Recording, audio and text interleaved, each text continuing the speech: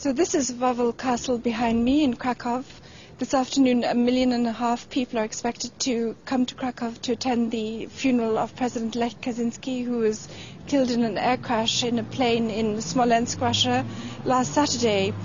President Obama has cancelled the trip, allegedly because of a cloud of volcanic ash. You can see above Krakow the skies are completely clear.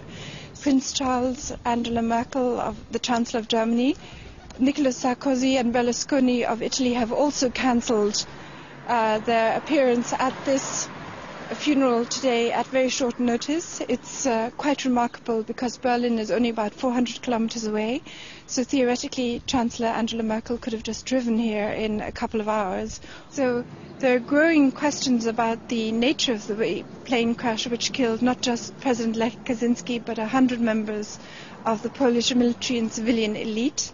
Many people are questioning whether it was really an accident here in Poland.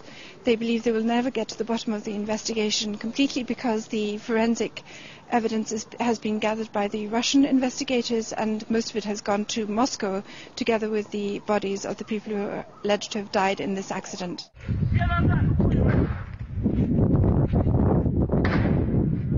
So gunshots can be heard in a video that was shot immediately after the plane allegedly crashed in this piece of wood in Smolensk. 4 gunshots can be heard from a small caliber pistol. It has been speculated that members of a military group, went among the survivors and were actually shooting them to make sure there were no witnesses to a crash. This videotape is now being examined by the Polish state prosecutor. Another issue that has raised a lot of questions is the fact that the black boxes have been recovered and they show that the Tupolev plane was functioning perfectly. There was no technical problem with the plane, which had undergone overhaul in December 2009. It has emerged that this Tupolev plane had a special system to ensure that pilots were warned if they ever approached a dangerous obstacle or came too close to the ground, the terrain awareness warning system. So the Polish pilot must have known that he was approaching trees.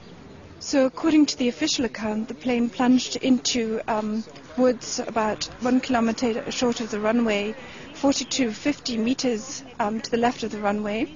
According to the official account, the plane hit a tree, the left wing broke off, the train veered to the left and crashed about 1 kilometer from the runway.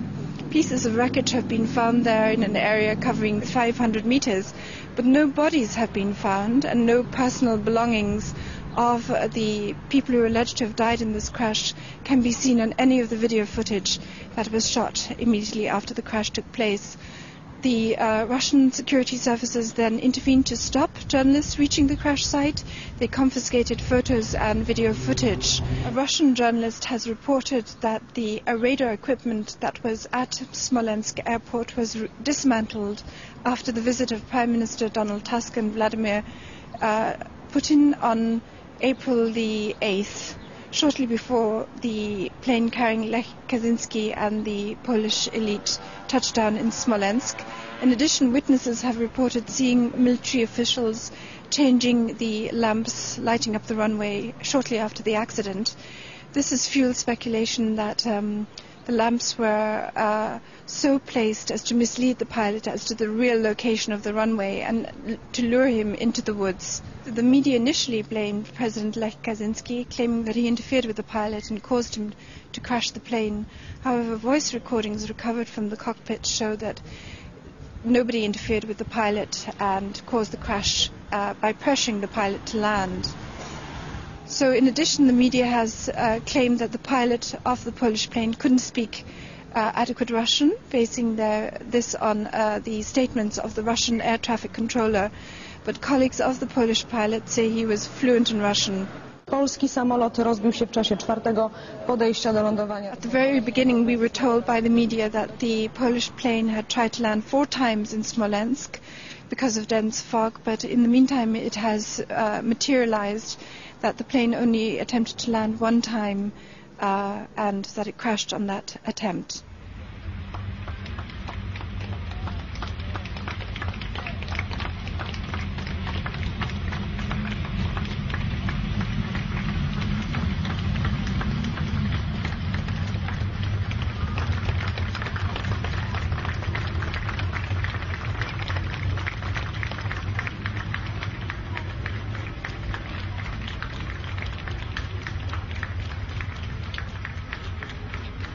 So when we take all these facts together, a likely scenario is that the pilot approaching Smolensk airport was given false information about the real location of the runway and lured into landing in the woods close by. An explosion could have torn away the left wing of the plane as the pilot was descending to land. When the plane crashed in that part of the woods, a small group of individuals could have gone through, killing the crew on board. The absence of all bodies can be explained by, if you posit that these top generals, the central bank governor, the security chief, the two presidential opposition candidates, and large numbers of the opposition party in parliament were not on the plane at all, that they were killed or kidnapped in Poland, and their disappearance is simply being accounted for by claiming that they died as part of this plane crash. These are the questions that many Polish people are now discussing on internet forums, on blogs, and also here on the street in Poland. Pierwsza myśl to też była moja taka, My chcemy powołania międzynarodowej komisji lotniczej, komisji, żeby nie wyszło tak jak wyszło w Katyniu, prawda? Że to zrobili Niemcy. Przepraszam bardzo, to nie zrobili Niemcy, prawda? Nie chcę, żeby nasze wnuki czekały następne 70 lat. The timing of the plane crash is extraordinary. It happened 70 years to the anniversary of the first Katyn massacre, when 22,000 Polish officers and academics and political leaders were killed by the Soviet security forces with the consent of Nazi Germany. Once more, Poland finds itself leaderless. People here in Krakow are in a state of shock. And many people are wondering who was behind this extraordinary event. Some people have suggested it wasn't an accident. I am not able to believe in this. Yes. I can't believe in this. Yes. I had a lot of crazy ideas too, and everyone else was saying different things. Because there was no official response, and there still isn't really any official evidence on what went on. So there were a lot of different things I was hearing.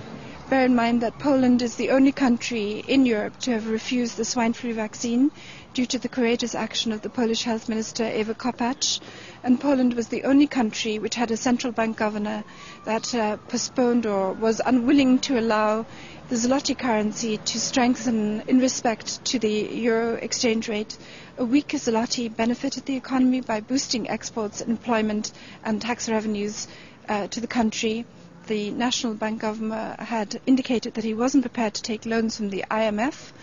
Poland is the only country that is not in recession in Europe. It actually is growing at 2.7% this year, I think, and 1.7% last year. Its debt is relatively low compared to other countries, and after the death of this central bank governor in the crash, you can expect to see Poland absorbed into the Eurozone and increasing the size of its public debt very soon.